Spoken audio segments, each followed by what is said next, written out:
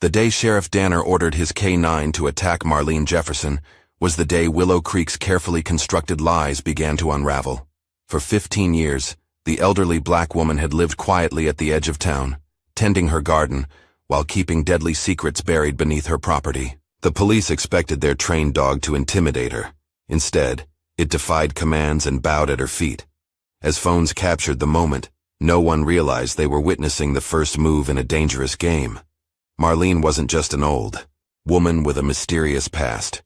She was Major Jefferson, former Special Forces K-9 commander, and the chemical weapons cover-up she'd been silently guarding was about to explode into the open. The powerful men who thought they could erase her would soon learn that some soldiers never stop fighting, even when the battlefield changes.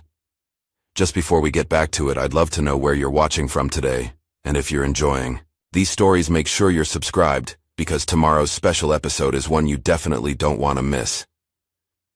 The morning sun cast long shadows across Willow Creek, a small southern town where secrets lingered like the morning fog. Marlene Jefferson stood in her overgrown garden, her weathered hands gently pruning a rosebush. At 78, her movements were deliberate but strong, her back straight despite the years weighing on her shoulders. Beside her, a large German Shepherd mix watched attentively, his ears perked up at every sound beyond the old wooden fence. "It's all right, Shadow," Marlene whispered, her voice low and melodic. "Just the Williams boy cutting through again." From across the street, 10-year-old Tommy Davis watched through a gap in his own fence, eyes wide with a mixture of curiosity and fear. "That's the weird old lady," he whispered to his friend Jake. "My mom says she never talks to anyone. Some kids say she's a witch." Jake nodded solemnly. "My dad says she's dangerous, that she did something really bad a long time ago." The boys ducked down as Shadow's head turned in their direction, his dark eyes seeming to pierce right through the fence boards. Marlene sighed, patting her companion's head. "Let them be, Shadow. They don't know any better." She straightened, up slowly, looking at her modest one-story home. The white paint was peeling in places, but the structure was sound, just like her. As she walked up the porch steps, she paused, sensing something different in the air today. A heaviness, a warning. At the Willow Creek Diner, the morning shift was in full swing. The smell of coffee and bacon filled the air as Officer Rick Danner slid into a booth where 3 other police officers were already seated. "Well, look who decided to show up," Officer Pete Lawson said with a smirk. "Daddy let you out to play with the big boys today?" Rick forced a smile, ignoring the jab. At 28, he was the youngest officer on the force and the only one who hadn't grown up in Willow Creek. But more importantly, he was Sheriff Thomas Danner's son, a fact no one would let him forget. "You missed all the excitement, officer," Daniel said, stirring his coffee. "Mitchell Crane just announced his new development plan, going to put Willow Creek on the map." "The mall project?" Rick asked, reaching for a menu. "I thought that was still in the proposal stage." "Not anymore. Got approved last night. Only problem is that old Jefferson woman. Her property sits right where the main entrance should be." Daniels leaned in, lowering his voice. "Your dad's pretty worked up about it." Before Rick could respond, the diner's door swung open, and Sheriff Thomas Danner strode in. At 55, he commanded attention. Tall, broad-shouldered, with a weathered face that rarely smiled. The conversations dimmed as he approached their table. "Rick," he said, voice gruff. "Need you to ride along with me this afternoon. Got a situation developing." "What kind of situation?" Rick asked. The sheriff's eyes narrowed slightly. "The kind where you do what you're told. You've been too soft lately. Time to toughen up." The other officers exchanged knowing glances as Sheriff Danner turned and walked toward the counter to grab coffee. "Daddy's boy gets a special assignment," Lawson whispered with a grin. Rick clenched his jaw but remained silent. Across town, in a gleaming office with floor-to-ceiling windows, Mitchell Crane studied a large map spread across his desk. At 47, Crane had the polished look of success, tailored suit, perfect teeth, and cold eyes that calculated everything in terms of profit. His finger traced the outline of a property marked in red. "Jefferson," he muttered, shaking his head. "Stubborn old woman." His assistant, Sarah, stood nervously by the door. "We've made 3 offers, Mr. Crane. Each one higher than the last. She won't even discuss it." "Everyone has a price," Crane replied, straightening up. "Or a breaking point." He picked up his phone. "Get me Sheriff Danner. And file those nuisance complaints we discussed. Loitering, suspicious activity, excessive, noise, whatever sounds plausible." "But sir," Sarah hesitated, "there haven't been any actual complaints from neighbors." Crane's smile didn't reach his eyes. "Then I suggest you find some neighbors willing to complain. Or find another job." Sarah hurried out. Crane turned to look out of the window. In the distance, he could just make out the edge of Marlene Jefferson's property, a small obstacle in his grand vision, but an obstacle nonetheless. Back at her home, Marlene sat at an old writing desk, a single lamp illuminating the paper before her. Shadow lay at her feet, his breathing steady and comforting. Her hand moved slowly across the page. "My dear James." It's starting again. The whispers, the stares. "A man came by yesterday, all smiles and promises. Said he wanted to buy my home for future development. When I refused, the smile vanished. I know that look. I've seen it before. I may need your help soon. The shadows are growing longer." With hope, Marlene. She folded the letter carefully, sliding it into an envelope. After writing the address, she placed it in her pocket to mail tomorrow. Then, with Shadow following closely, she moved to a locked door at the end of the hallway. The key hung on a chain around her neck. Inside, the room was meticulously organized. Military medals displayed in a glass case, photographs in precise rows on the wall, and a large shadow box containing what looked like patches and insignia. Marlene's fingers traced the glass over a Medal of Honor at the center of the display. Below it, a small brass plate read, "Major Marlene Jefferson, Special Forces K9 Unit." "They're coming, old friend," she whispered to Shadow. "Just like before." Shadow nuzzled her hand, his eyes reflecting understanding beyond what most would attribute to a dog. Before leaving, Marlene lit a small candle beneath the medal, a ritual that brought her comfort. As she closed and locked the door, she didn't notice the car parked across the street, or the man inside, taking photographs. The next morning, Anna Miller arrived early at the Willow Creek Veterinary Clinic, where she worked as an intern. At 26, she was ambitious and compassionate, qualities that sometimes put her at odds with the clinic's more profit-minded owner. She was surprised to find Shadow already there, held by a concerned Marlene. The dog had a small gash on his front paw. "Ms. Jefferson," Anna said warmly, "what happened to Shadow?" "Found some broken glass by my fence this morning," Marlene replied, her voice steady but her eyes wary.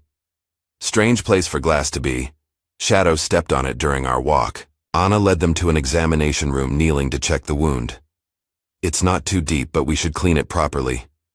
As she worked, Anna couldn't help noticing how Shadow responded to Marlene's slightest gestures, sometimes before she even made them verbally. "He's remarkably well trained," Anna commented. A ghost of a smile crossed Marlene's face. "We understand each other." Anna wrapped the paw carefully.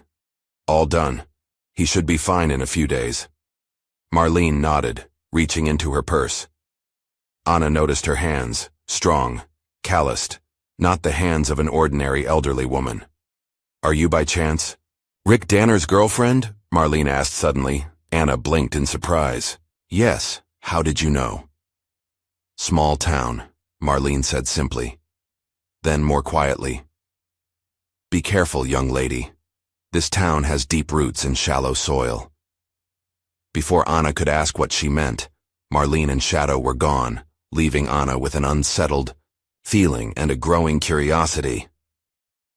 That evening, as Anna recounted the strange encounter to Rick over dinner at her small apartment, his expression grew troubled. "Dad's been talking about her," he admitted. "Crane wants her property for the mall entrance, claims she threatened him when he made an offer." Anna frowned. That doesn't sound like her. She was dignified, almost military in her bearing. Rick shrugged. "Dad says she's been trouble for years. Keeps to herself, won't participate in town affairs. He thinks she's hiding something."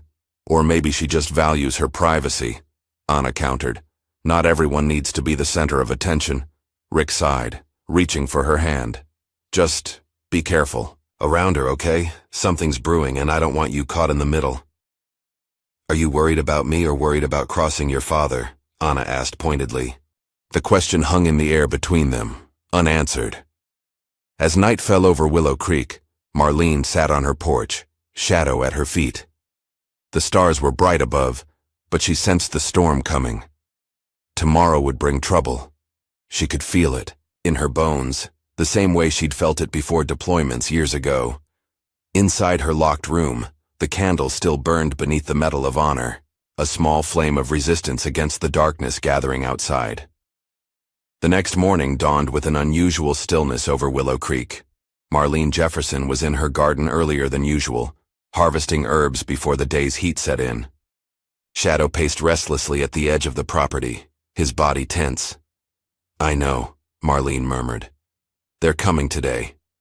Sure enough, at precisely 10 o'clock, a police cruiser pulled up in front of her house. Sheriff Thomas Danner stepped out, his uniform pressed and badge gleaming in the sunlight. Behind him, looking considerably less comfortable, was his son, Officer Rick Danner. Shadow's growl was low and warning as the two men approached the gate. Marlene placed a calming hand on his head, but didn't silence him. Morning, Ms. Jefferson. Sheriff Danner called out, his voice carrying a false cheerfulness.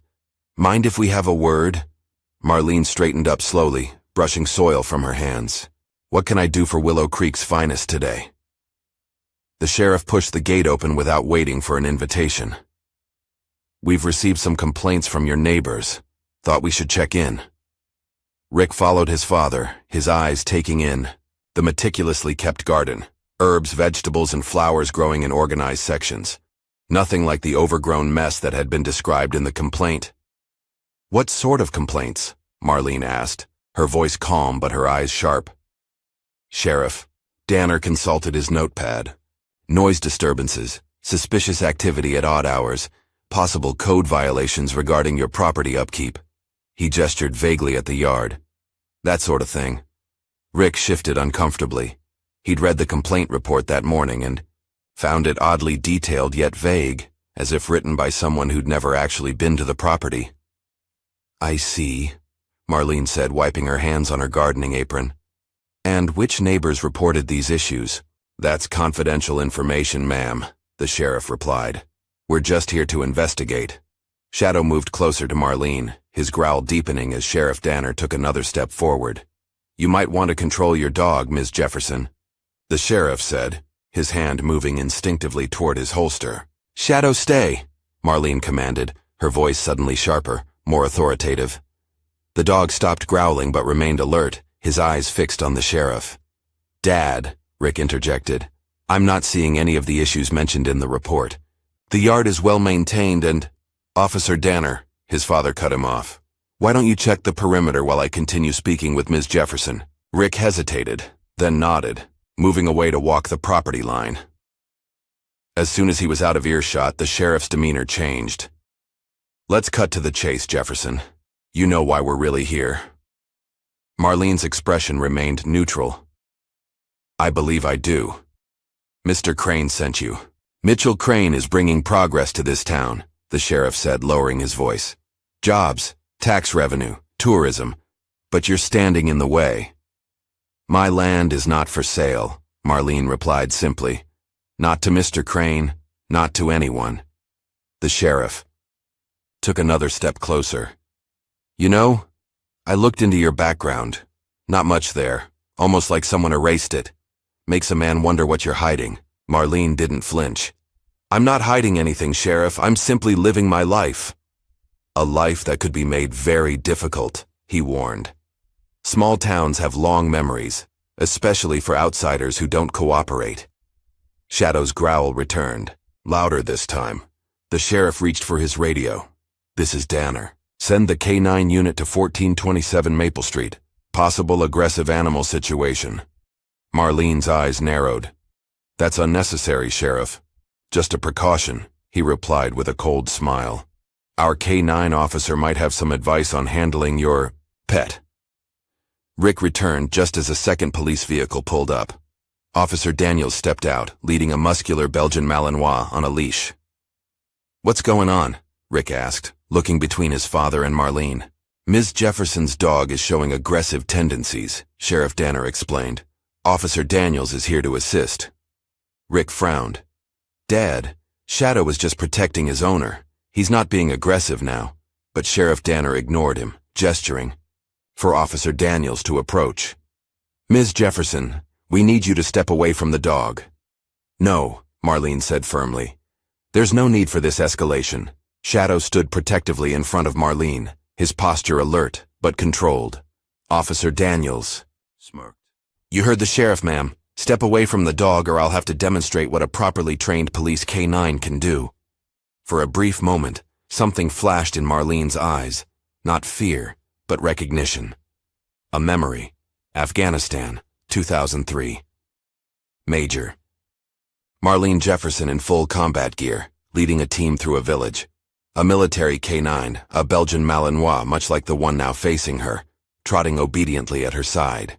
The dog alerting to an IED seconds before her team would have triggered it. Lives saved by the bond between handler and animal. The flashback vanished as quickly as it had come.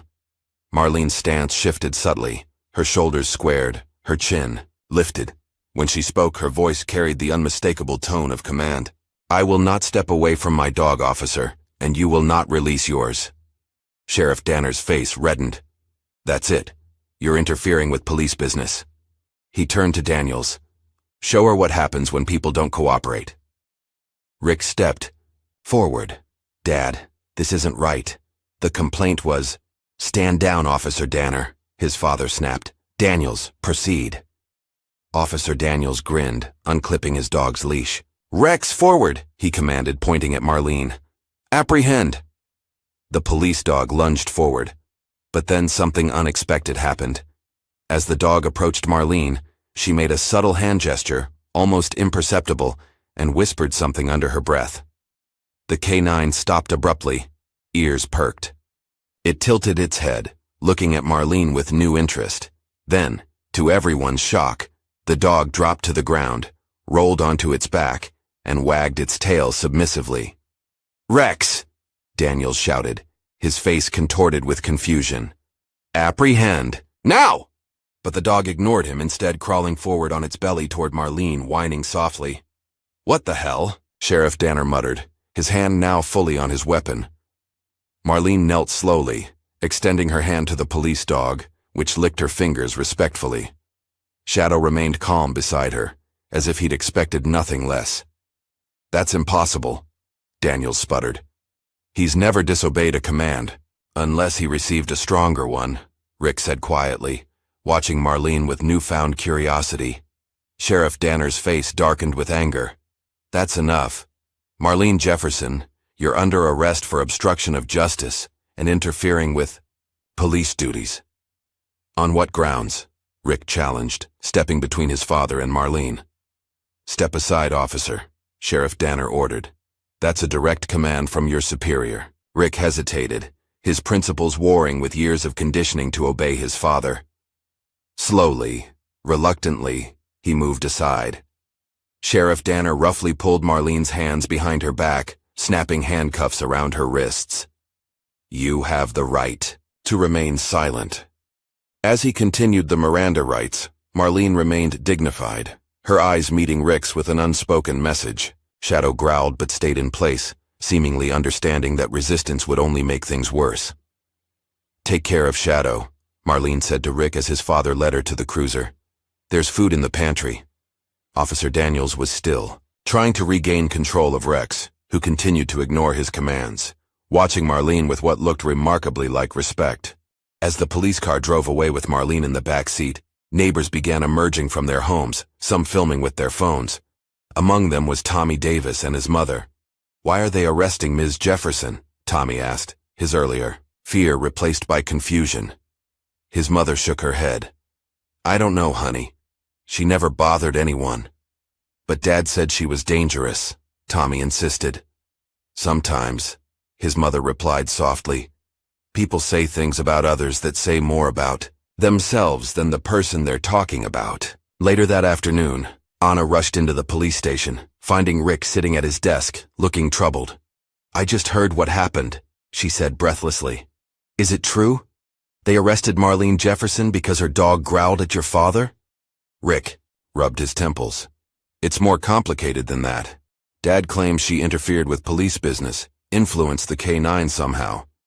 "That's ridiculous," Anna exclaimed, then lowered her voice as other officers glanced their way. "Rick, when I was treating Shadow yesterday, I noticed something.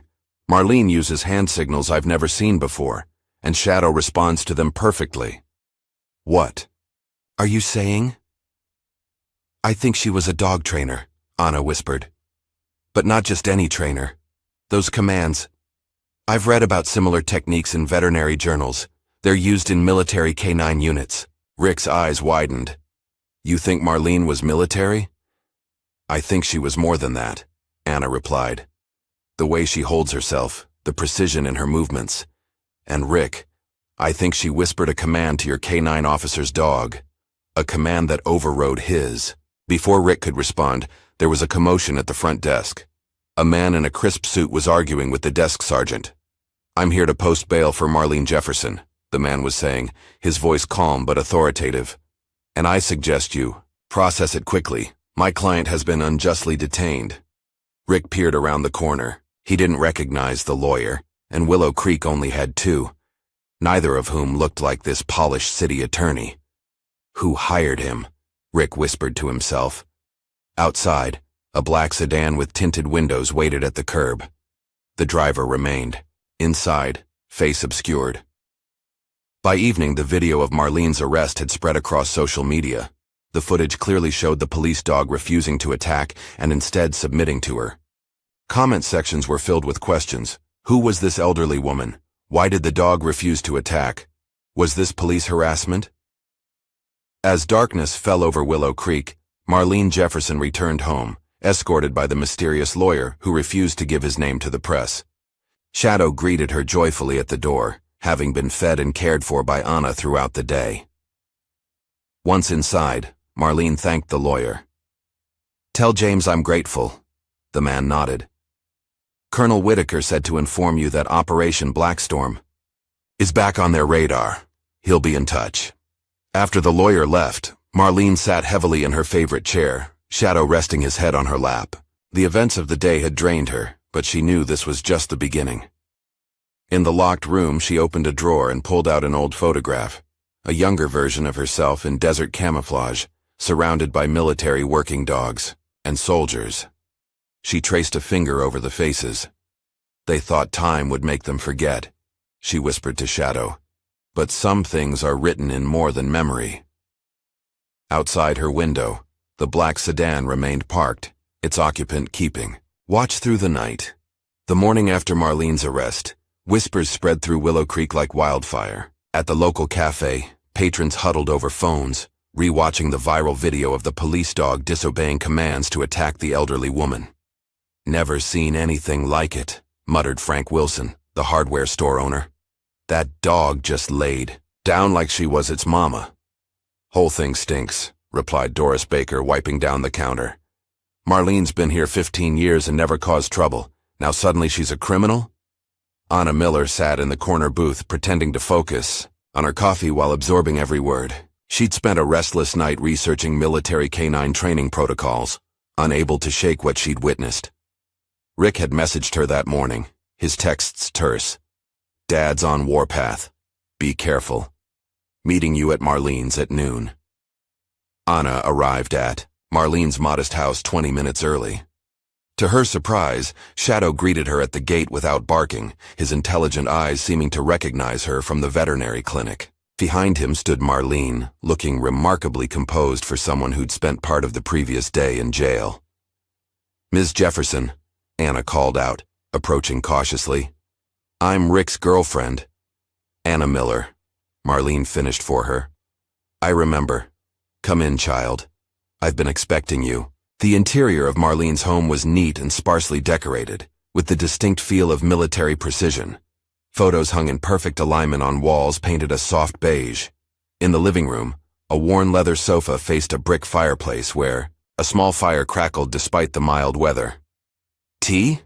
Marlene offered, her movements efficient as she filled a kettle without waiting for an answer.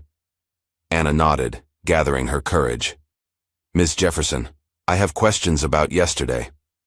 "I imagine you do." Marlene set 2 mugs on the coffee table. "And I imagine Officer Danner does too." "Rick's trying to make sense of it all," Anna said carefully. "His father is a man who follows orders without questioning them," Marlene interrupted. "A dangerous quality in anyone with power." Anna leaned forward. "The police K9, you controlled it somehow. I've studied animal behavior, but I've never seen anything like that." A ghost of a smile crossed Marlene's weathered face. "What do you know about military working dogs, Ms. Miller?" "Only what I've read. They're trained to detect explosives, apprehend suspects, protect their handlers. They're trained to save lives," Marlene corrected gently. "And the good ones know the difference between a real threat and a manufactured one." The kettle whistled. As Marlene rose to retrieve it, Anna noticed her posture. Ramrod straight, shoulders squared. Not the stance of an ordinary elderly woman, but of someone who'd spent decades standing at attention. "You were military," Anna stated as Marlene returned with the tea. "Major Marlene Jefferson," she confirmed, setting down the kettle. "First black woman to lead a Special Forces K9 unit. Not that you'll find much about that in any public record." Anna's eyes widened. "They redacted your service?" "Parts of it." Marlene sipped her tea. "The parts that might embarrass certain powerful people." The sound of a car door slamming interrupted them. Through the window, Anna saw Rick approaching, his face tense. Shadow went to the door, tail wagging slightly. He'd apparently decided Rick was acceptable. "Sorry I'm late," Rick said as he entered, nodding respectfully to Marlene. "Dad had me filing reports all morning." "Reports about me, I presume," Marlene said calmly. Rick's expression confirmed her suspicion. "They're trying to build a case. For obstruction, maybe even assaulting an officer. It's ridiculous, but your father is determined," Marlene finished. "Sit down, Officer Danner. It's time you both learned why Mitchell Crane really wants my land." For the next hour, Marlene shared her story. Born in Georgia in 1946, she joined the Army in 1967 against her family's wishes. Her natural affinity with animals led her to K9 training, where she excelled despite rampant discrimination. By the early 2000s, she had risen to lead a specialized unit deployed to Afghanistan, Operation Blackstorm. "We trained dogs to detect not just conventional explosives, but chemical and biological agents," Marlene explained. "Work that saved countless lives, military and civilian." "That's why the police dog responded to you," Anna realized. "You used a command it recognized." Marlene nodded. "Military K9s are trained with universal emergency protocols. That dog recognized authority it was conditioned to respect." Rick frowned. "But what does any of this have to do with Mitchell Crane?" Marlene rose and walked to the locked room Anna had noticed earlier. The key around her neck gleamed as she inserted it into the lock. "Because Mitchell Crane isn't just a developer," she said, swinging the door open. 20 years ago, he was Lieutenant Colonel Mitchell Crane, military contractor and head of Project Sentinel, a classified program testing chemical agents on soldiers without their knowledge or consent. The room beyond was like stepping into a military archive. Maps covered one wall, pinned with colored markers. A large corkboard displayed newspaper clippings, photographs, and handwritten notes connected by red string. Glass cases held medals, including the Medal of Honor Anna had glimpsed around Marlene's neck in the photograph. "My unit discovered what Crane was doing," Marlene continued, pointing to a photograph of a younger uniformed Mitchell Crane. "We were deployed to rescue a kidnapped general's family, General James Whitaker. During the operation, we found documents linking Crane to illegal testing. Soldiers getting sick, developing cancers, neurological conditions. You reported him," Rick guessed. "I did my duty," Marlene corrected. "Presented the evidence to my commanding officers." Her voice hardened. "They buried it." Crane had powerful friends in defense contracting. I was quietly forced into retirement. Insubordination was the official reason. But why does he want your land now? Anna asked. Shadow had moved to Marlene's side, as if sensing her distress at the memories. Because I kept copies of everything, Marlene said quietly. And because this land holds more secrets than just mine. Before she could elaborate, Shadow's ears perked up. A car engine rumbled outside. Marlene moved quickly to the window, then relaxed slightly. It seems we have another visitor, she said. One I've been expecting. A tall, distinguished black man in his 60s stepped out of a black sedan, the same car Anna had noticed at the police station the previous day. He moved with military precision as he approached the house. Colonel Whitaker, Marlene explained. The general I mentioned, now a Pentagon liaison, and the man who bailed me out yesterday. Rick tensed. Should I be worried about a high-ranking military officer showing up in Willow Creek? That depends, Marlene replied with a hint of a smile. On which side of history you want to be on, Officer Danner? Colonel James Whitaker entered without knocking, his presence immediately filling the small room. He nodded to Marlene with familiar respect. Major Jefferson, he said, his voice deep and commanding. Situation's escalated. Crane knows I'm here. These are friends, Marlene indicated Rick and Anna. They've earned the truth. Whitaker assessed them briefly, then continued. Crane's not just after your land for a mall, Marlene. Our sources indicate he's working with a private military contractor, Phoenix Solutions. They believe something is buried on your property. The evidence? Rick asked. More than that, Whitaker replied grimly. Chemical weapons components from Project Sentinel, buried here when the program was officially terminated in 2005. Anna gasped. That's why he's so desperate for this specific property. They're not just trying to take your land, Whitaker told Marlene. They want to erase everything you know. Marlene nodded solemnly. I suspected as much when he first approached. The offer was too high for commercial development. We need to go public, Rick insisted. If what you're saying is true, this is criminal activity at the highest level. With what proof? Whitaker challenged. Most records were destroyed years ago. It would be your word against a decorated former officer who's now a respected businessman. Then, we find proof, Anna said firmly. Ms. Jefferson kept records. There must be other evidence, other witnesses. My old unit, Marlene murmured. Those who survived. As they discussed strategy, Shadow suddenly growled, moving to the window. Outside, a van with Willow Creek cable painted on the side had parked across the street. No one had exited the vehicle. They're watching us, Marlene observed calmly. Have been since yesterday. Whitaker checked his watch. I need to return to Washington tonight. Marlene, consider coming with me. You'd be safer. She shook her head firmly. I've run once before, James. Not again. This is my home. As Whitaker prepared to leave, he handed Rick a business card with only a phone number. If things escalate, call this, day or night. After the colonel departed, Rick, Anna, and Marlene formed a plan. Rick would discreetly investigate connections between his father, Crane, and any unusual activities. Anna would research the environmental and health impacts of the chemicals Marlene described. And Marlene would contact former members of her unit, who might be willing to speak out. That evening, as Rick drove back to the station, his mind raced with everything he'd learned. His father, the man he'd respected all his life, was potentially involved in a conspiracy that went far beyond small-town corruption. At the station, he accessed the computer database, searching for connections between Mitchell Crane and his father. What he found disturbed him. Emails dating back 3 years, discussing property acquisition opportunities in predominantly black neighborhoods. The most recent exchange mentioned Marlene specifically. Jefferson property remains priority. Target, owner uncooperative, suggest alternative measures. Timeline critical before Q3 excavation. Rick downloaded the emails to a flash drive, his hands shaking slightly. As he was about to log off, Officer Daniels appeared behind him. Sheriff's looking for you, Daniels said, his eyes narrowing at the screen. What are you working on so late? Just clearing old reports, Rick lied, closing the window. Tell him I'll be right there.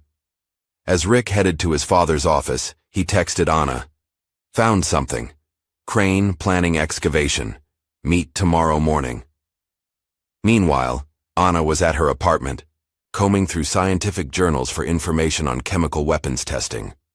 Her screen displayed a research paper titled, Long-Term Health Effects of Organophosphate Exposure in Military Personnel, 2010.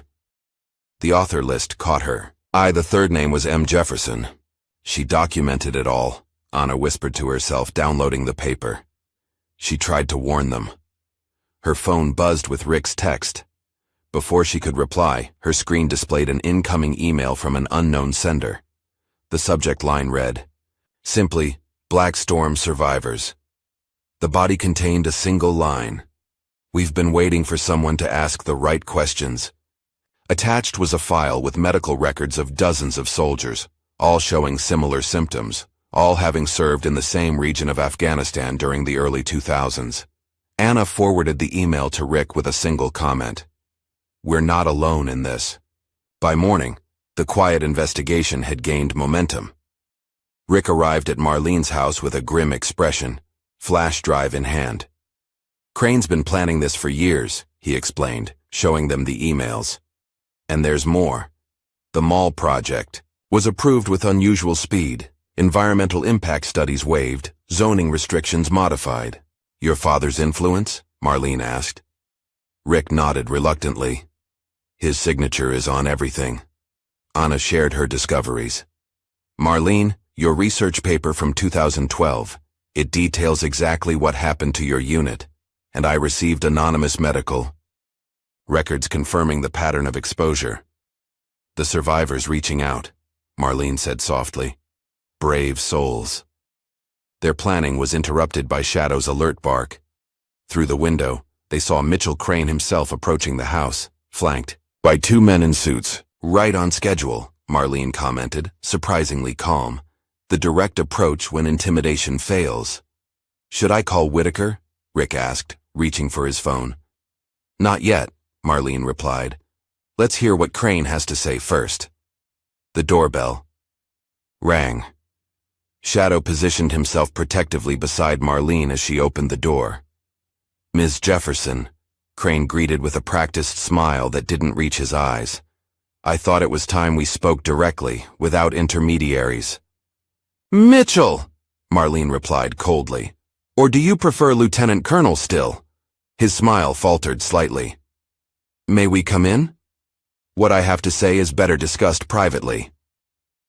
Whatever you have to say can be said here, Marlene stated firmly. In front of witnesses. Crane's eyes flickered to Rick and Anna, hardening when he recognized the sheriff's son. Officer Danner, interesting company you're keeping. Does your father know you're here? I'm off duty, Rick replied evenly, and concerned about harassment of a citizen in our community. Crane's jaw tightened, but he maintained his composure. Ms. Jefferson, I'm prepared to double my previous offer for your property, $2 million, more than generous for a house in this condition. Still not for sale, Marlene replied simply. You should reconsider, Crane said, his voice dropping. Small towns can be dangerous for people who don't cooperate. Accidents happen. Is that a threat? Rick stepped forward, hand instinctively moving toward where his service weapon would normally be. Simply an observation, Crane replied smoothly. Ms. Jefferson is elderly, lives alone. Concerns for her safety are natural. I've survived worse than you, Mitchell, Marlene said quietly. Much worse. Something dangerous flashed in Crane's eyes. You always were stubborn, Major, but this isn't Afghanistan. No one's coming to save you here. That's where you're wrong, Anna interjected, holding up her phone. Everything you've just said is being recorded, including what sounds very much like a threat. Crane's composure cracked. You have no idea what you're involving yourselves in. This goes beyond a piece of property. We know exactly what this is about, Marlene replied. Project Sentinel. The chemical testing. The buried evidence. The color drained from Crane's face. For a moment, Naked panic replaced his practiced confidence. "You're delusional," he recovered quickly. "The ramblings of an old woman with dementia. No one will believe you." "Perhaps not," Marlene agreed. "But they might believe the documentation I've kept, or the survivors who are starting to speak out, or the chemical analysis of soil samples my young friend here has been collecting." Anna hadn't been collecting soil samples, but she maintained a poker face at Marlene's bluff. Crane backed toward the door. "You've made a serious mistake today. All of you." His eyes locked with Marlene's. "Some secrets should stay buried, Major, for everyone's safety." After Crane and his men departed, Rick exhaled sharply. "He's rattled. That means he's dangerous." "He always was," Marlene said grimly. "Now we need to move quickly. He'll escalate. After this." "What soil samples were you talking about?" Anna asked. "A bluff," Marlene admitted. "But not a bad idea. If there are chemical weapons components buried on my property, there might be trace evidence in the soil." Rick nodded thoughtfully. "We need to document everything. Build a case that's too solid to ignore or bury. And we need to find a journalist we can trust," Anna added. "Someone who won't back down under pressure." "I might know someone," Rick said. "Layla Morales. We were at the academy together before she left for journalism school. She works for the Atlanta Tribune now, specializes in government corruption stories." As they solidified their plans, Shadow suddenly raised his head, ears perked. A low growl rumbled in his chest. "What is it, boy?" Marlene asked, moving to the window. Outside, several unmarked vans had parked down the street. Men in workmen's clothing were unloading equipment, but their movements were too precise, too coordinated for ordinary laborers. "He's not waiting," Marlene observed. "Those are private security, military contractors. I recognize the formation." "We need to get you out of here," Rick insisted. "No," Marlene said firmly. "If I leave, he wins. There's something else we can do." She turned to Anna. "You mentioned soil samples. If we're going to prove what's buried here, we need evidence." "The root cellar," Rick suggested. "If they buried something on your property years ago, that's where they'd access it." Marlene nodded. "Follow me." The root cellar entrance was concealed behind a garden shed at the far edge of Marlene's property. The heavy wooden doors, weathered by years of exposure, groaned as Rick pulled them open. Stone steps descended into darkness. "I haven't been down here in years," Marlene admitted, switching on a flashlight. "Not since I first discovered what they'd hidden." Shadow led the way, his nose working the air as they descended. The cellar was larger than Anna had expected. A main chamber with rough stone walls and a packed earth floor, with smaller rooms branching off. "This was here when I bought the property," Marlene explained. "Former owner was a farmer who stored preserves and root vegetables down here. But I found something else." She moved to the far wall, tapping different stones in a specific pattern. To Rick and Anna's amazement, a section of the wall swung inward, revealing a hidden chamber beyond. "Hydraulic mechanism," Marlene explained. "Military grade, not something a farmer would install." The hidden room contained a metal vault built into the earthen wall. Unlike the rustic cellar, this was modern technology. A digital keypad glowed softly in the dim light. "Discovered this 6 months after moving in," Marlene said. "Took me 3 years to crack the code." She entered a long sequence of numbers. The vault hissed as the seal broke, the heavy door swinging open automatically. Inside was a treasure trove of documents, files, photographs, digital storage devices, and a small recording device that looked military issue. Everything was meticulously organized and labeled. "My insurance policy," Marlene explained, removing a thick file labeled Sentinel, Phase 2 deployment. Rick examined a map showing what appeared to be Willow Creek, with Marlene's property marked with a red X. "They buried it here because it was remote," Marlene explained. "Rural area, few questions. Previous owner was a contractor's cousin. Property, sold to me by mistake after his death. By the time they realized who I was, it was too late." Anna picked up the recording device. "What's on this?" "The smoking gun," Marlene replied. "Meeting recorded in 2004. Crane and his military sponsors discussing the cover-up after soldiers began showing symptoms. She pressed play. The audio was grainy but clear enough. Liability concerns are secondary. Primary objective is containment of both materials and information. The test subjects, not test subjects general. Soldiers, American soldiers. Semantics, Crane. The point is, they were exposed according to protocol. The fact that the effects were more severe than anticipated is unfortunate, but within acceptable parameters. And the disposal site? Secured. Remote location? Minimal population. Materials contained in military-grade storage. Site will be monitored through shell company ownership. And if there's leakage? Contamination? Acceptable collateral. Area demographics make significant outcry unlikely. The recording continued, detailing plans to silence whistleblowers and manipulate medical records to hide evidence of deliberate exposure. My God, Rick whispered. They knowingly poisoned soldiers, and were prepared to poison an entire town. If necessary, Marlene added grimly. A predominantly black town that they deemed expendable. Anna was already copying files to her phone. We need to get this to Layla immediately. This is massive. Chemical weapons testing, cover-up, conspiracy at the highest levels. Not just Layla, Rick said. Colonel Whitaker needs to see this too, and we need to secure the original evidence.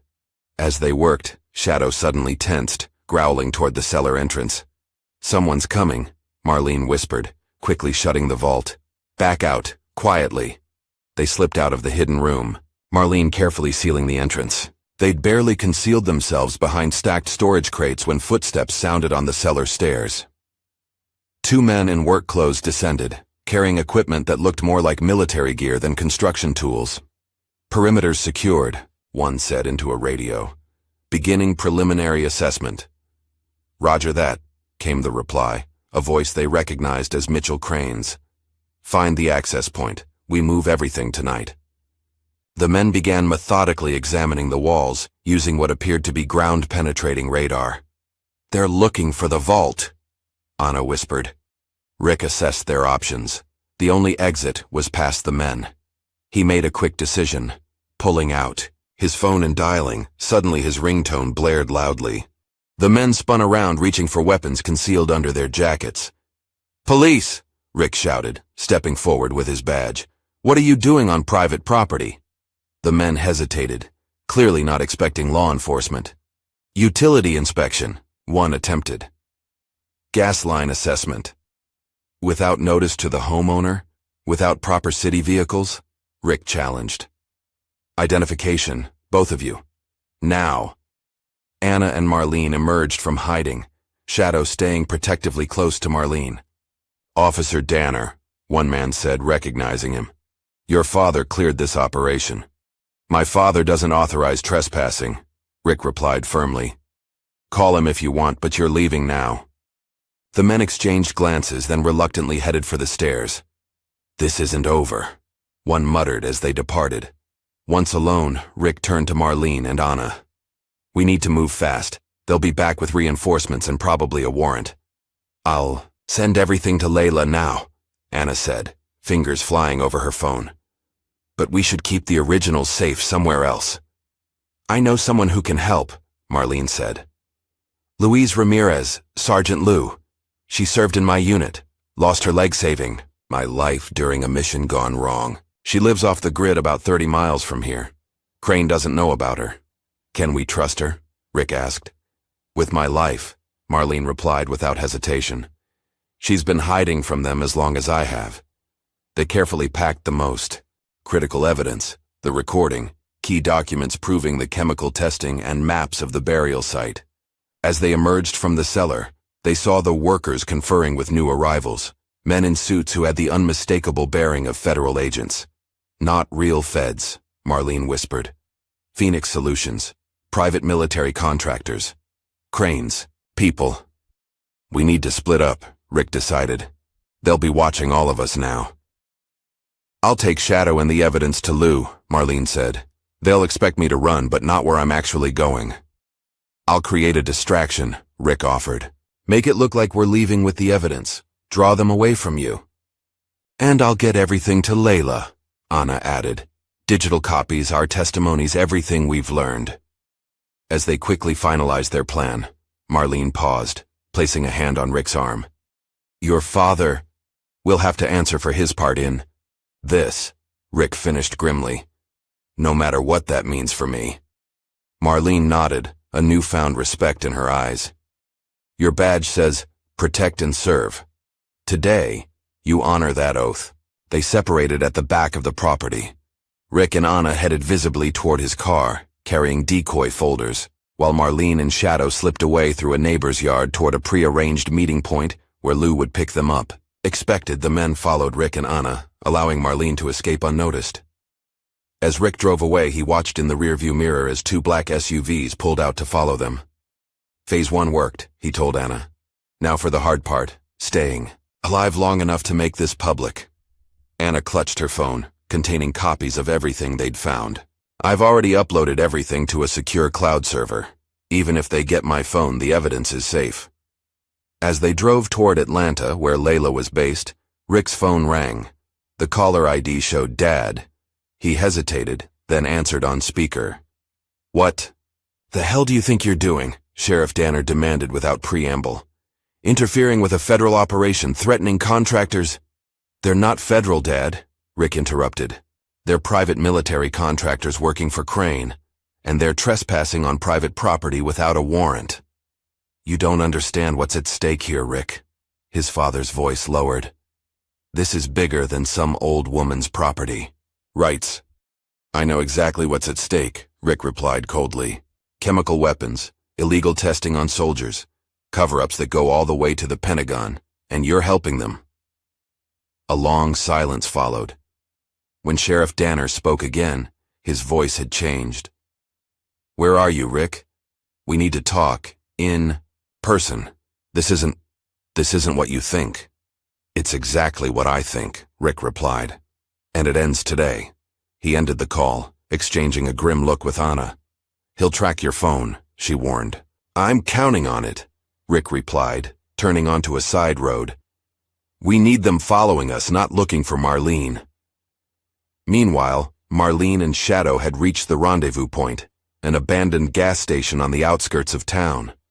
A battered pickup truck was waiting, its driver a woman in her 50s with a weathered face and alert eyes. Major, Lou Ramirez greeted, sliding over to make room. Just like old times. Too much like old times, Lou, Marlene replied, helping Shadow into the truck. They found the vault.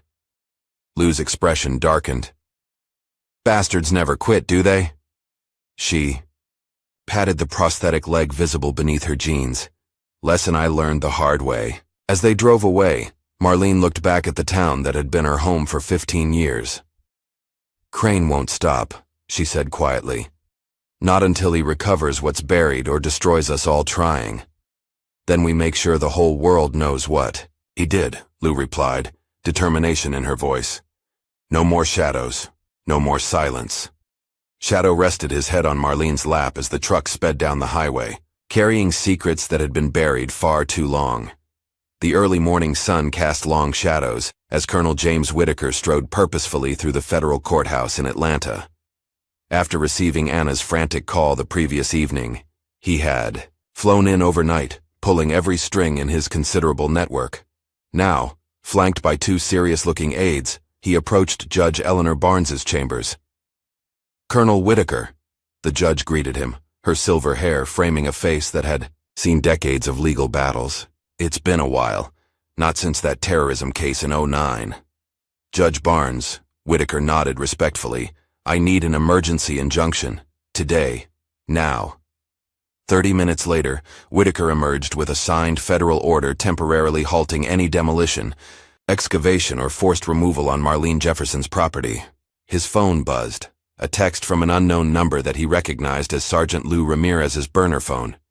Package secure. Eagle resting. Awaiting coordinates. Marlene and the evidence were safe. For now. Meanwhile, Anna Miller had barely slept.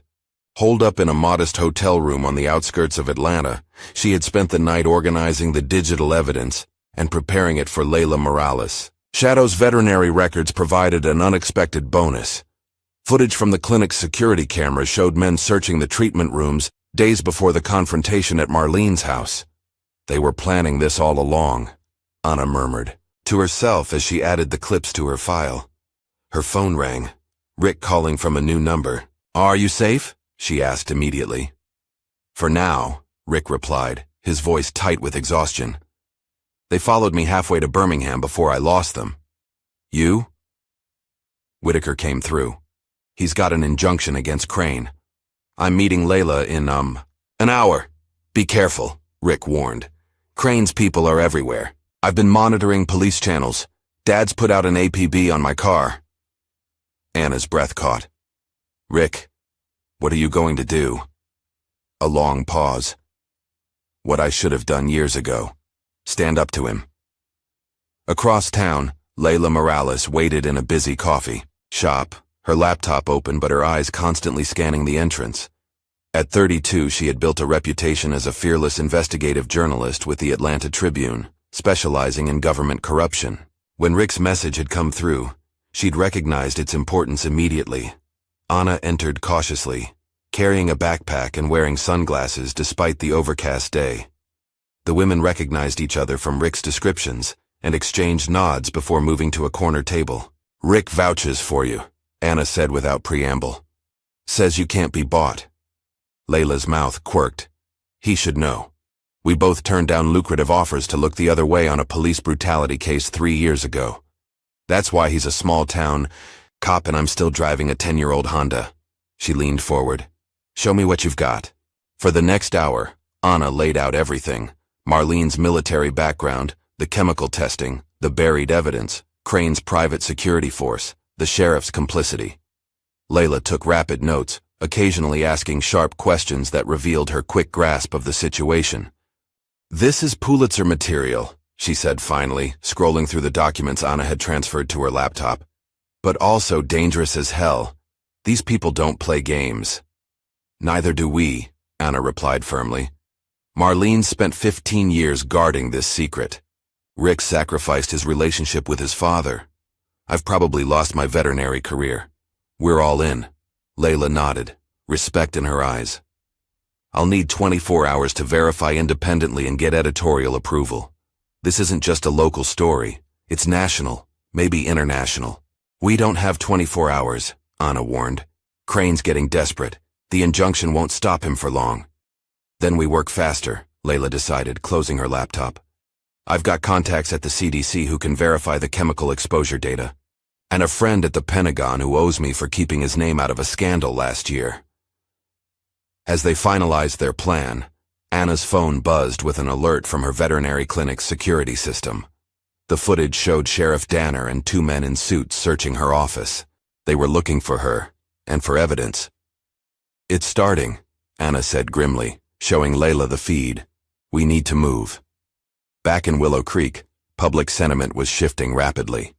The video of Marlene's arrest had gained national attention, with commentators questioning the use of force against an elderly woman. Veterans groups had begun speaking out after recognizing Marlene's name from declassified mission reports. Outside the sheriff's office, a small but growing crowd of protesters had gathered, many holding signs reading, "Justice for Major Jefferson." "And who commands your K9? Sheriff Thomas Danner watched from his window, his face tight with stress. The phone on his desk rang. Mitchell Crane again. "I can't hold this together much longer," Danner said without greeting. "The injunctions bought us some time, but people are asking questions I can't answer." "Then don't answer them," Crane snapped. "Stick to the script. Jefferson is mentally unstable, making false accusations. Your son is confused, manipulated by her." "My son has evidence, Mitchell. Real evidence." A long pause. "What kind of evidence?" "I don't know exactly. But he said something about chemical weapons, illegal testing. Said it goes all the way to the Pentagon." Crane's voice turned cold. "Handle your son, Thomas. Whatever it takes. We're too close to let this fall apart now." After hanging up, Sheriff Danner stared at the photo on his desk, himself and Rick at his son's police academy graduation. With a heavy sigh, he opened his drawer and removed a small recorder, pressing the button to create a new audio file. My name is Sheriff Thomas Danner, he began, his voice weary. And this is my confession. At Lou Ramirez's cabin, hidden deep, in the Georgia woods, Marlene sat on the porch with Shadow at her feet. Despite the peaceful setting, her military instincts remained on high alert. She watched as Lou emerged from the tree line, completing another perimeter check. All clear, Lou reported, easing into a chair beside Marlene. The former sergeant moved, with surprising grace despite her prosthetic leg, years of adaptation evident in her fluid movements. No one followed us. They'll find us eventually, Marlene said quietly. Crane won't stop. Lou nodded, her weathered face solemn. I've contacted the others. Jackson, Rivera, Thompson, all the survivors from our unit who can still travel. They're coming. You shouldn't have risked it, Marlene protested. Wasn't my call, Lou replied with a half smile. Once they heard you were finally fighting back, wild horses couldn't stop them. We've been waiting 15 years for this, Major. Shadow's ears suddenly perked up, his body tensing. Both women immediately reached for weapons. Lou a shotgun leaning against the wall, Marlene a handgun concealed under her jacket. A vehicle approached slowly through the trees, Colonel Whitaker's black sedan. Stand down, Marlene told Shadow, who relaxed marginally but remained vigilant. Whitaker emerged from the car looking grimmer than when they'd last seen him. It's worse than we thought, he announced without preamble. Crane's called in every favor he has. They're trying to get the injunction lifted on national security grounds. Can they do that? Lou demanded. They're claiming the material buried on your property is classified military hardware that poses an imminent threat if disturbed improperly. Whitaker handed Marlene a document. They've got a federal judge in Washington reviewing it now. Marlene scanned the paper, her expression darkening.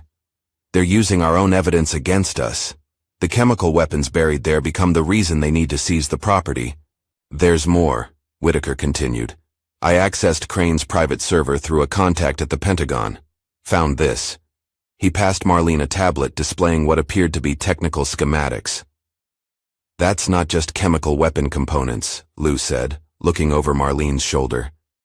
That's a delivery system. They weren't just storing the materials.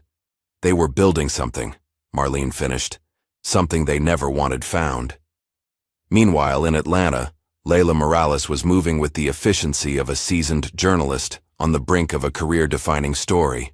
With Anna's help, she had verified key elements of Marlene's account through independent sources. CDC contacts confirmed that unusual clusters of rare cancers and neurological disorders had been documented among veterans of certain classified operations. A Pentagon whistleblower corroborated the existence of Project Sentinel, though official records remained sealed. Now, sitting in her editor's office, Layla made her case. This isn't just another corruption story, Jim. This is systematic abuse of power, endangering civilians, betrayal of our troops. Jim Sanders, the Tribune's executive editor, held up a hand. I believe you, Layla. The evidence is compelling. But Crane has already called our publisher directly, threatened lawsuits that would bankrupt the paper. Let him try, Layla challenged. Truth is an absolute defense against libel. It's not just lawsuits. There have been other threats. Sanders looked uncomfortable. His people suggested that running this story could be seen as compromising national security. Layla leaned forward. That's how you know we're onto something big, Jim. They're scared. After a tense silence, Sanders nodded. Green light. But we do this by the book. Every fact triple-checked, every source verified, and we go digital first. Too risky to wait for print. Layla's phone buzzed. A text from Anna. They found my apartment. Trashed it, moving to backup location. The noose was tightening. As evening fell, Rick Danner sat in his parked car outside the Willow Creek police station, gathering his courage. He had driven straight through from Birmingham, avoiding main roads, and switching vehicles twice with help from old academy friends. Now, watching officers come and go from the building where he'd worked his entire career, he felt a strange calm settle over him. His phone rang. Anna. Layla got approval, she told him. Story goes live at midnight. Are you sure about this next part? No choice, Rick replied. Dad has to answer for his role, and I need to get those falsified reports before they disappear. Be careful, Anna pleaded. Whitaker says Crane's people are getting desperate. That makes two of us, Rick said softly. I love you, Anna. Before she could respond, he ended the call and stepped out of the car. Taking a deep breath, he walked straight through the front door of the station. The desk sergeant's eyes widened. Rick, your dad's been looking everywhere for you. I know, Rick replied calmly. That's why I'm here. Sheriff Danner was on the phone when Rick entered his office without knocking. Seeing his son, the sheriff froze, then quickly ended his call. Where the hell have you been? He demanded, rising from his chair. I've had APBs out for 2 days. I know that too, Rick said, closing the door behind him.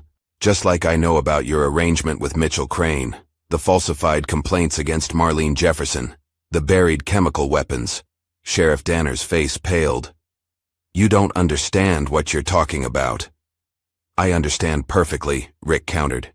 I've seen the evidence, all of it. The recording of Crane discussing using soldiers as test subjects, the emails between you two planning to seize Marlene's property, the environmental impact reports you helped suppress. It's complicated, Rick.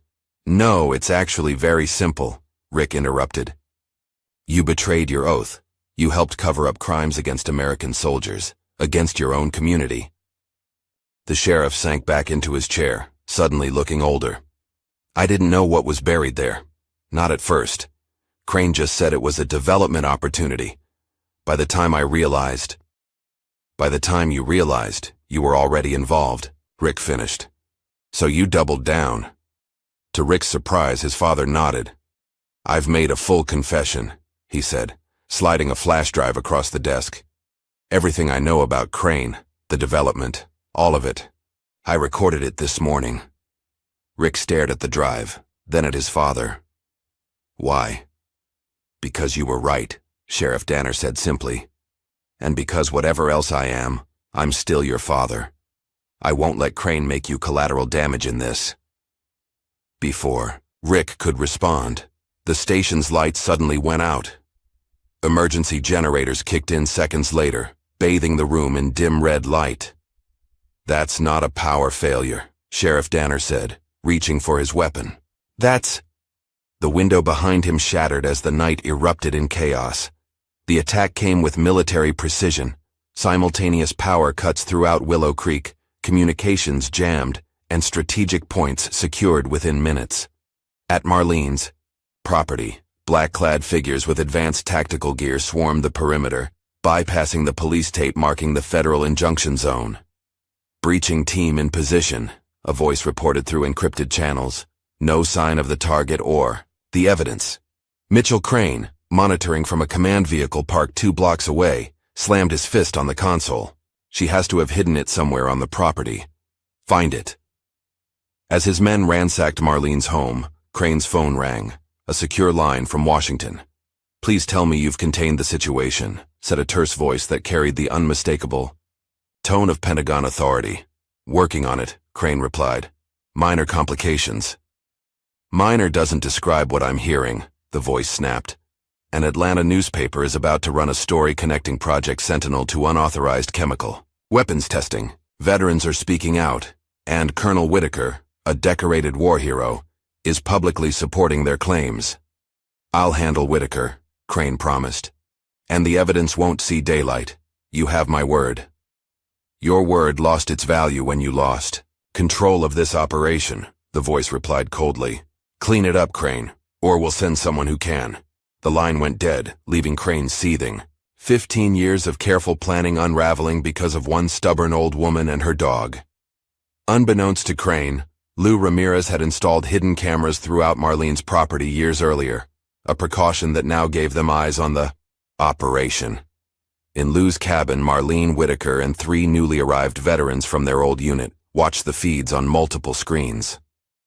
Standard search pattern, observed Carlos Rivera, a former staff sergeant now walking with a cane due to neurological damage from chemical exposure. They're looking for the vault. Let them look, Marlene said calmly. The real evidence is already out. Not all of it, Thomas Jackson added. At 55, the former medic still carried himself with military bearing despite the tremor in his hands, another legacy of Project Sentinel. The delivery system specs Whitaker found change everything. They weren't just testing chemicals, they were weaponizing them for deployment in civilian areas. Whitaker's phone buzzed with an alert. It's happening. Sheriff's Station is under attack. Rick Danner was inside when they hit. Marlene's face hardened. We need to move. Now. Major, with all due respect, that's exactly what Crane wants, Lou cautioned. Draw you out, take you down, discredit everything as the ravings of a disgruntled veteran. I'm not abandoning those kids, Marlene stated firmly. They risked everything to help me. Shadow and I are going back. The German shepherd, hearing his name, moved to her side, eyes alert and ready. Not alone, you're not, Jackson said, checking his weapon. I didn't survive 3 tours and Crane's poisoned just to hide in the woods while he wins. One by one. The other veterans nodded their agreement. Lou was the last, a slow smile spreading across her weathered face. Well, Major, looks like you've got yourself a squad again. At the police station, chaos reigned. The attackers, professionally equipped men in tactical gear with no identifying insignia, had breached the building from multiple points. Sheriff Danner had reacted quickly, pushing Rick behind the heavy oak desk as bullets shattered the office windows. Private military contractors, the sheriff shouted over the gunfire, returning fire with his service weapon. Phoenix Solutions, Cranes, Personal Army. Rick had his own weapon drawn, years of training kicking in despite the surreal situation of being under fire in his own station. We need to reach the evidence room. All the original complaints against Marlene are there. A brief lull in the shooting gave them their opening. Father and son moved in practiced coordination, clearing corners as they made their way down the hallway toward the records section. Behind them, they could hear their fellow officers engaged in firefights throughout the building. Why are they doing this? Rick demanded as they took cover behind a filing cabinet. The story's about to break anyway, because the truth is worse than what you found, his father replied grimly. I heard Crane on the phone earlier. Whatever's buried on Jefferson's land isn't just chemical weapon components. It's something they're terrified of having exposed. As they reached the evidence room, Sheriff Danner punched in his access code. The door swung open to reveal Officer Daniels, the canine handler from the confrontation at Marlene's, already inside, hastily stuffing files into a bag. Daniels! Sheriff Danner barked. What the hell are you doing? Daniels spun around, weapon raised. Following orders, sir. The real ones. Put it down, Rick ordered, his own gun aimed steadily. You're stealing evidence in an active investigation. No, Daniels sneered. I'm protecting national security, like I've been doing for years while working for Crane. The revelation hit Rick like a physical blow. You've been Crane's inside man? All this time? Someone had to keep an eye on things, Daniels replied. Make sure the old lady didn't cause trouble. Your dad was useful but too squeamish when it really counted. Sheriff Danner's face flushed with anger. Drop the weapon, Daniels, that's an order. You don't give the orders anymore, Tom, Daniels said coldly, his finger tightening on the trigger. What happened next seemed to unfold in slow motion. Sheriff Danner lunged forward, shoving Rick aside as Daniels fired. The bullet caught the sheriff in the shoulder, spinning him around. Rick returned fire, his shot catching Daniels in the leg. The corrupt officer went down howling in pain. Dad! Rick knelt beside his father, applying pressure to the wound. I'm fine, Sheriff Danner grunted, though his face had gone pale. Get the files. Outside, the sound of approaching vehicles cut through the gunfire. Through the window, Rick could see multiple SUVs converging on the station. More of Crane's forces arriving as reinforcements. We're out of time, he muttered, quickly gathering the critical files while keeping his weapon trained on the wounded Daniels. His phone buzzed with a text from Anna. Story just went live. Layla published early when she heard about the attacks. It's all out there now. A small victory, but they were still trapped. Suddenly a new sound cut through the chaos. Police sirens coming from multiple directions. And not just any sirens. State troopers, Sheriff Danner said, a hint of hope in his voice. And those deeper tones. FBI. Whitaker had come through again, Rick realized. The colonel had enough clout to bring in federal reinforcements, but Crane's men weren't retreating. If anything, the gunfire intensified as they made a desperate push to complete their mission before the authorities arrived in force. "We need to hold this position," Rick told his father, helping him into a more defensible corner of the room. "Help is coming." A new voice came over the police radio. Marlene Jefferson. "This is Major Marlene Jefferson to all law enforcement frequencies. Crane's forces are attempting to secure evidence of chemical weapons testing and development. Be advised, these men are armed and operating under private contract, not government authority. I repeat, they are not legitimate federal agents." Rick grabbed the radio.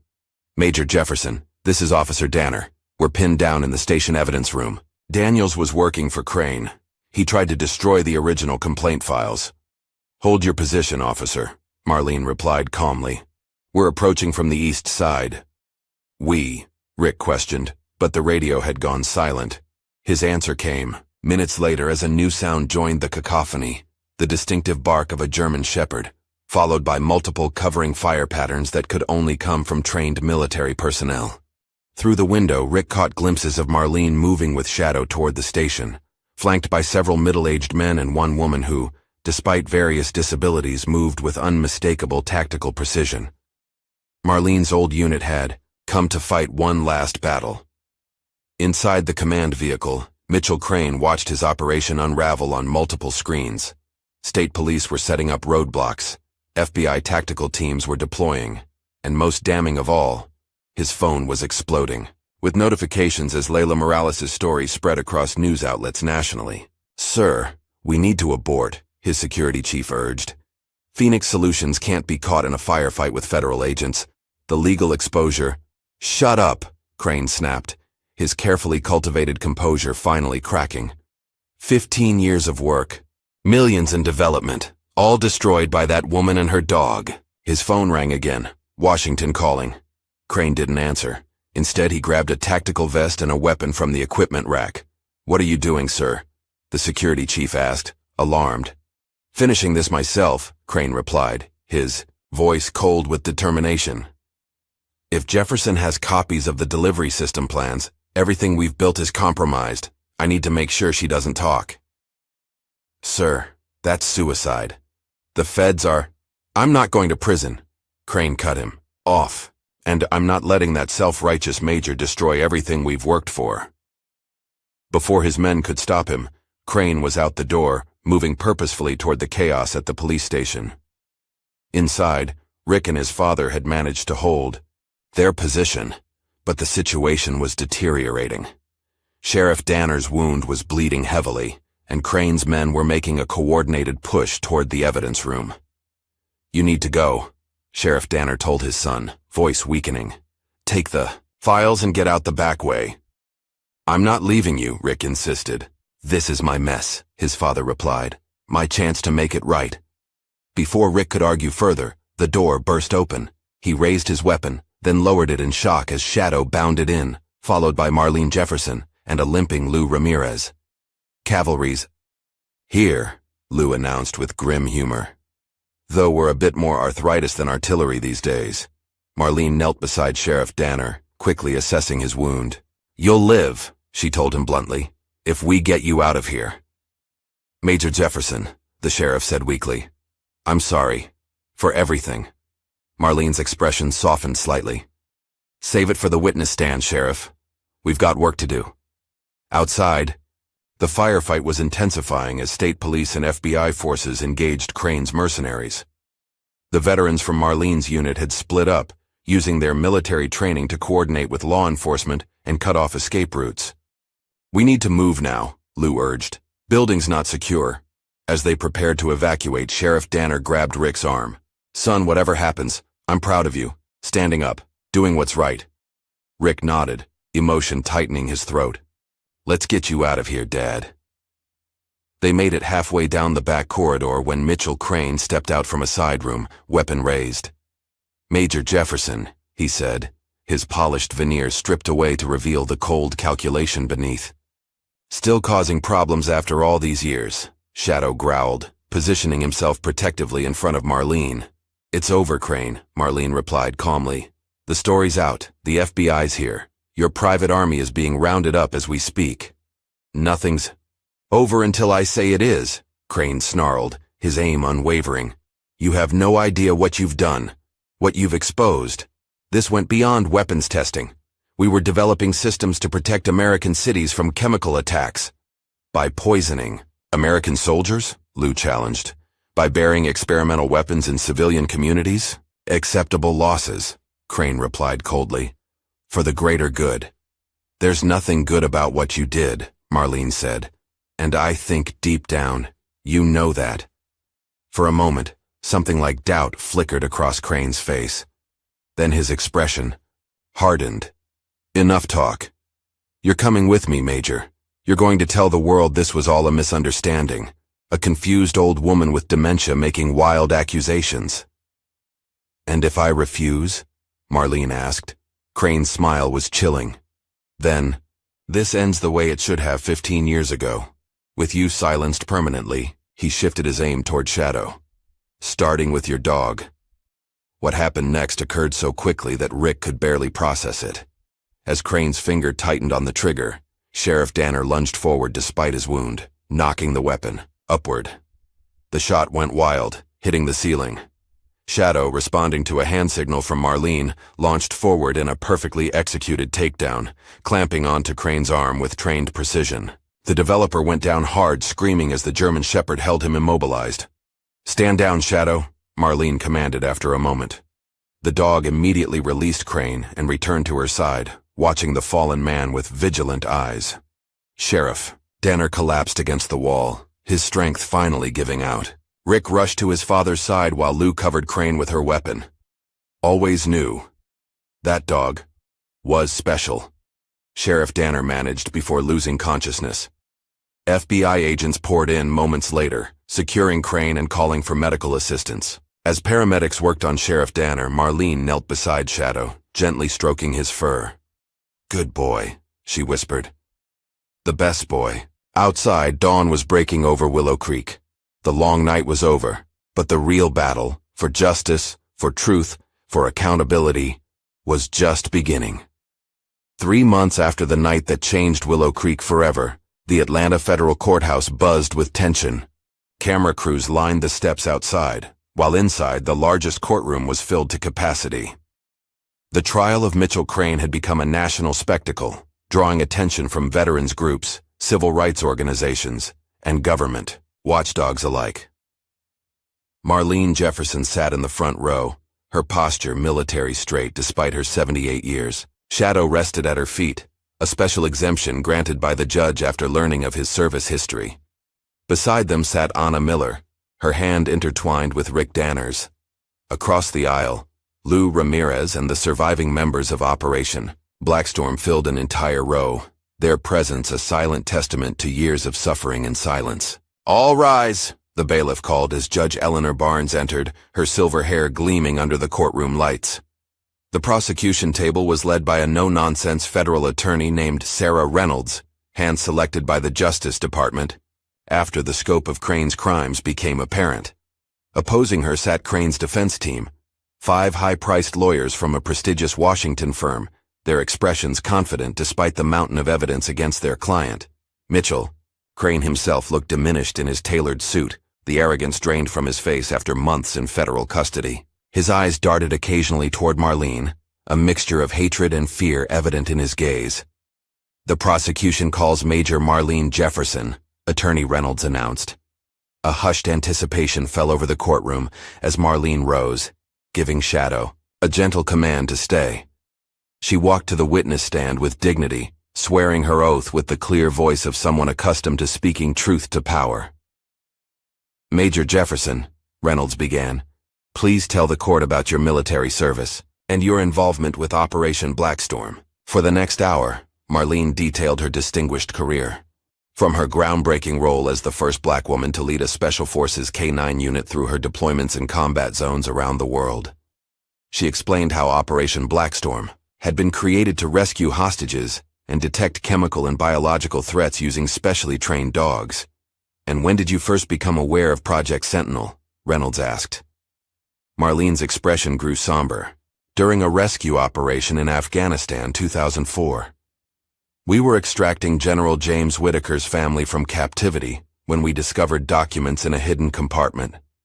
They detailed unauthorized chemical testing on American soldiers, specifically my unit and others operating in the region. And the defendant's role in this testing? Lieutenant Colonel Mitchell Crane was the program director, Marlene stated firmly. His signature was on every authorization form, every test protocol. When soldiers began showing symptoms, neurological issues, respiratory problems, unusual cancers, he ordered the records classified and the soldiers reassigned to different units to hide the pattern. Crane's lead attorney objected repeatedly, citing national security concerns. But Judge Barnes allowed the testimony to continue, a testament to the thorough declassification work Colonel Whitaker had orchestrated behind the scenes. As Marlene continued her testimony, she maintained her composure even when describing the most horrific details: fellow soldiers collapsing during training exercises, unexplained seizures, medical concerns dismissed as stress reactions. The courtroom was silent except for her steady voice and the occasional sob from family members of affected veterans. "What happened when you reported these findings to your superiors?" Reynolds asked. "I was told the matter would be investigated internally," Marlene replied. 2 weeks later, I was called to a meeting where Mitchell Crane himself was present. He informed me that I was being honorably discharged for health concerns. When I protested, it was changed to insubordination. "Did you continue to pursue the matter after your discharge?" "I tried," Marlene said. "But files disappeared. Witnesses were transferred or retired. Then I learned that chemical components from Project Sentinel were being stored somewhere civilian. I tracked them to Willow Creek, to what would eventually become my property." "You purchased the land knowingly?" "I did," Marlene confirmed. "To protect people. To guard the evidence until the day came when someone would listen." When the defense's turn for cross-examination came, Crane's attorney approached, with calculated skepticism. "Major Jefferson, isn't it true that you harbored resentment toward the military after your discharge? That this alleged conspiracy could simply be an elaborate attempt at revenge?" Marlene's gaze was steady. "I never resented the military, counselor. I resented those who betrayed its values. There's a difference.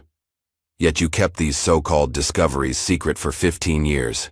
Why not come forward sooner if lives were at stake?" "I did come forward, repeatedly. To military authorities, to the VA, even to a congressman. Each time the evidence disappeared, witnesses recanted under pressure, and I was labeled unstable." Marlene leaned forward slightly. "When you control the narrative, counselor, you can make the truth sound like madness." The cross-examination continued for hours, but Marlene remained unshaken. When she finally stepped down, returning to her seat beside Shadow, the courtroom erupted in respectful applause that the judge made no attempt to silence. The trial continued for weeks. Rick testified about the falsified complaints against Marlene and his discovery of the correspondence between his father and Crane. Anna presented her findings about the health impacts of the chemicals used in Project Sentinel. Layla Morales took the stand to detail how she had verified Marlene's claims through independent sources. Most damaging of all was Sheriff Thomas Danner's testimony. Still recovering from his gunshot wound, he appeared in court wearing a sling, his once commanding presence humbled by his role in the events. "I knew what I was doing was wrong," he admitted under oath. "But I told myself it was for the good of the town. Jobs, development, progress. I didn't know about the chemical weapons until much later, and by then, I was already compromised." "When did you decide to record your confession?" the prosecutor asked. Sheriff Danner's eyes found his son in the audience. "When Rick stood up. To me. When I realized he was the better man, the better officer. I couldn't keep living the lie." "And what did Mitchell Crane tell you about Marlene Jefferson?" "That she was dangerous, mentally unstable, a threat to national security." The sheriff shook his head. "But I'd seen her with that dog. Seen how they responded to each other. That wasn't insanity. That was training. Discipline. honor. When asked why he finally risked his life to stop Crane during the confrontation at the police station, Sheriff Danner's answer was simple. Because it was the right thing to do. Something I should have remembered a long time ago. As the trial neared its conclusion, an unexpected moment captivated the nation. The judge granted a special request for Shadow to be brought to the center of the courtroom. A K9 handling expert demonstrated how the dog responded to Marlene's commands, the same commands that had caused the police dog to stand down months earlier. These are universal emergency override protocols, the expert explained, developed for military canines to prevent friendly fire incidents. The fact that a police dog responded to them confirms that it was trained using military guidelines and recognized Major Jefferson's authority. The demonstration left no doubt about Marlene's expertise or the legitimacy of her claims. Shadow performed flawlessly, his disciplined response a stark contrast to the chaos of that first confrontation. In his closing argument, Crane's attorney attempted one final defense. Whatever my client's actions, they were undertaken with national security in mind. He believed he was protecting Americans from chemical threats. His methods may have been flawed, but his intentions were patriotic. Prosecutor Reynolds's rebuttal was devastating. Patriotism isn't poisoning the soldiers who volunteered to serve. It isn't burying chemical weapons in a civilian community, and it certainly isn't silencing those brave enough to stand against such abuses. She gestured toward Marlene. If you want to see patriotism, look at Major Jefferson, who protected her country even when her country failed to protect her. The jury deliberated for just 4 hours before returning with their verdict. Guilty on all counts. As Crane was led away, his face ashen, he locked eyes briefly with Marlene.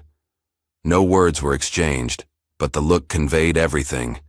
He had lost, she had won, and 15 years of silence had finally ended.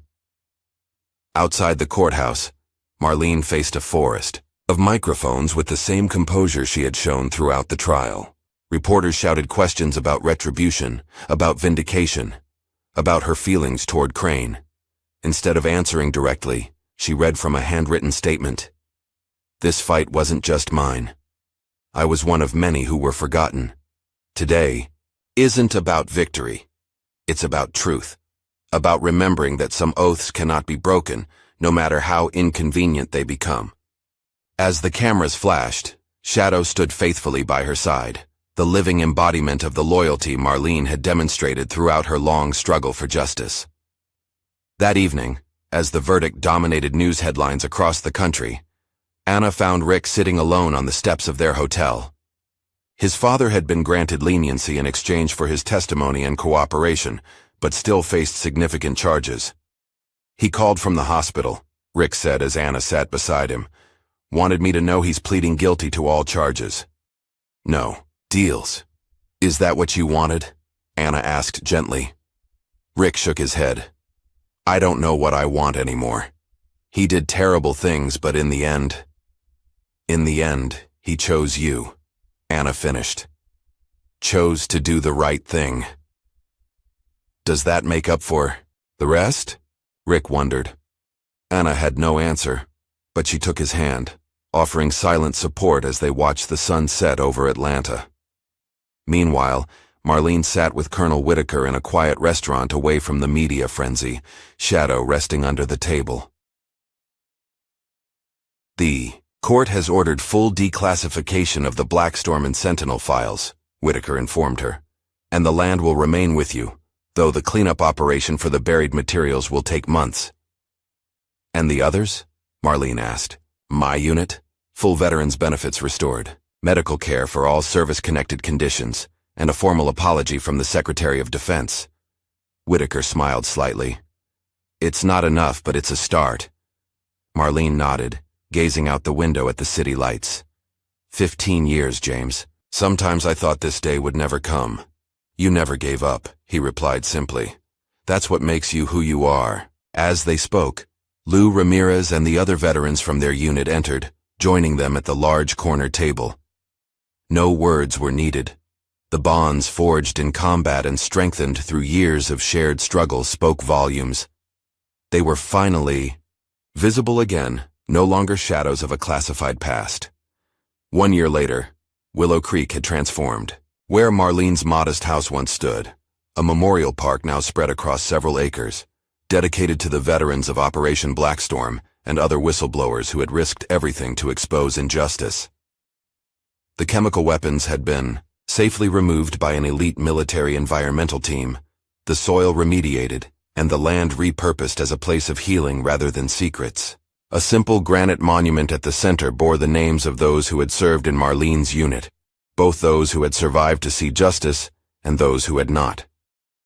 Marlene herself had moved to a comfortable new home at the edge of the park, where she could look out at the monument from her porch. At 79, she remained active in veterans advocacy, though she preferred to work behind the scenes, letting younger voices take the spotlight. On this particular morning, she sat on her porch swing, Shadow beside her, watching as a school bus pulled up at the park entrance. Children poured out, supervised by teachers who led them toward the memorial. "They come every week now," Marlene remarked to Shadow, whose muzzle had grown increasingly gray over the past year. "Different schools, different children, but they all want to hear the story." Shadow's tail thumped lazily against the swing, his eyes still alert despite his advancing age. The Veterans Day ceremony that afternoon was modest by national standards, but significant for Willow Creek. Marlene had declined numerous invitations to speak at larger events in Washington and New York, preferring to host her own gathering for the families of forgotten soldiers. A small stage had been set up near the monument, with chairs arranged on the lawn. Lou Ramirez, now running a sanctuary for disabled veterans and service animals on the outskirts of town, coordinated the event with military efficiency. "They're asking again if you'll speak," Lou told Marlene as they reviewed the program. Marlene shook her head. "No speeches, just the reading of the names." Lou nodded, understanding her friend's preference for substance over ceremony. The general public arrives at 2, family members and veterans at 1 for the private ceremony. As the families gathered, widows, children, parents of those affected by Project Sentinel, Marlene greeted each one personally, Shadow faithfully at her side. For many, this was their first opportunity to meet the woman who had finally brought them answers after years of confusion and loss. "My husband always said something wasn't right about his illness," an elderly woman told Marlene, clutching a framed photograph of a soldier in desert camouflage. "The VA kept saying it wasn't service-connected. He died still trying to prove them wrong." Marlene took the woman's hands in hers. He was right, and now everyone knows it. Across the park, Rick Danner, no longer wearing a police uniform, helped set up chairs with Anna. After the trial, he had resigned from the Willow Creek Police Department, choosing instead to train young recruits in ethics and accountability at the regional academy. "Dad's parole hearing is next month," he mentioned quietly to Anna as they worked. "He's been a model prisoner, teaching GED classes to other inmates." Anna nodded encouragingly. Though Sheriff Danner had been sentenced to 5 years, his cooperation and the circumstances of his final actions had made him eligible for early release. "Are you ready to see him?" "I think so," Rick replied. "We've been writing to each other. It's different now. More honest." Anna squeezed his hand. "That's good." Their quiet moment was interrupted by the arrival of Colonel Whitaker, now retired from the Pentagon and serving on the board of Project Shadow Watch, the non-profit organization that had grown from the events in Willow Creek. The organization advocated for military transparency and whistleblower protections, with Layla Morales heading its investigative journalism division. "Major," Whitaker greeted Marlene warmly. "Everything looks wonderful." "We were late," Marlene replied, a hint of their old military banter in her tone. "But we're here now." The colonel's expression grew solemn. "The president signed the Blackstorm Veterans Relief Act this morning. Full compensation for all affected service members and their families, lifetime medical care, educational benefits for their children. It won't bring back the dead," Marlene observed. "No," Whitaker agreed, "but it acknowledges them, makes their sacrifice official." As the ceremony began, Marlene took her place with Shadow beside the monument. She had chosen not to speak, but her presence was speech enough, a living reminder of persistence in the face of overwhelming odds. The reading of names began, each one followed by the gentle toll of a bell. Shadow sat attentively throughout, as if standing guard over the memory of those being honored. Later that afternoon, as the public ceremony concluded, a more intimate gathering took place under an ancient oak tree on Marlene's property. Rick and Anna had chosen this spot for their wedding, simple, meaningful, and away from public attention. Marlene's backyard had been transformed with wildflowers and simple white chairs, Shadow serving as ring bearer with the band secured to a special collar. "I never thought I'd find happiness after everything," Rick confessed to Marlene as they watched Anna greet guests. "You gave me that chance." "You gave yourself that chance," Marlene corrected gently, "by choosing what was right over what was easy." After the ceremony, as twilight settled over Willow Creek, Marlene sat alone on her porch, Shadow's head resting on her lap. The old dog's loyalty had never wavered through all the years of hiding, fighting, and finally, vindication. In the distance, she could see the lights of Lou's Veterans Sanctuary flickering on. The facility, funded largely by donation drives sparked by the viral videos of Marlene's arrest, had become a haven for disabled soldiers and their service animals. Already it had helped dozens of veterans find purpose and healing. Colonel Whitaker's car pulled up in her driveway one last time before he headed back to Washington. He joined her on the porch, respectfully petting Shadow. "We were late," he said, echoing her earlier words. "But we're here now." Marlene nodded, understanding the weight of his statement. "Better late than never, James." As Whitaker departed, Marlene noticed a school bus stopping at the Memorial Park. Despite the late hour, a teacher was leading a small group of children to read the names on the monument. Even now, the story continued to touch lives. The formal government apology to Marlene and the surviving members of her unit had come 3 months after the trial, a ceremony at the Pentagon where the Secretary of Defense had personally acknowledged the injustice done to them. She had donated the substantial settlement to build a civil rights legal clinic in Willow Creek, ensuring that others with less resources could still find justice. Shadow stirred, his ears perking up at a sound only he could hear. Despite his age, his senses remained sharp, a testament to his training and the bond he shared with Marlene. "It's all right, old friend," she murmured, stroking his graying fur. "We're home now." As darkness fell completely, Marlene gazed up at the stars, thinking of all the twists and turns that had led to this moment. From a young woman fighting to prove herself in a world that doubted her, to a major commanding elite forces, to a recluse guarding dangerous secrets, and finally to a vindicated whistleblower whose story had changed countless lives. Shadow nestled closer, his warm presence a reminder of the one constant through all those changes: loyalty, courage, and the unbreakable bond between two beings who recognized something essential in each other. "They wanted him to attack me," Marlene whispered, echoing the words that had ended her testimony in court. "Instead, he remembered who I was." Shadow looked up at her, eyes reflecting understanding beyond what most would attribute to a dog. In that gaze was the story of their journey, not just of one woman and her dog against a system determined to silence them, but of all those who stand firm when truth becomes inconvenient, when power attempts to override principle. As the memorial lights illuminated the names of those they had fought for, Marlene Jefferson and Shadow kept their quiet vigil, guardians of a legacy that would continue long after them. A legacy of courage, of persistence, and of the difference one unwavering spirit can make against the darkest odds.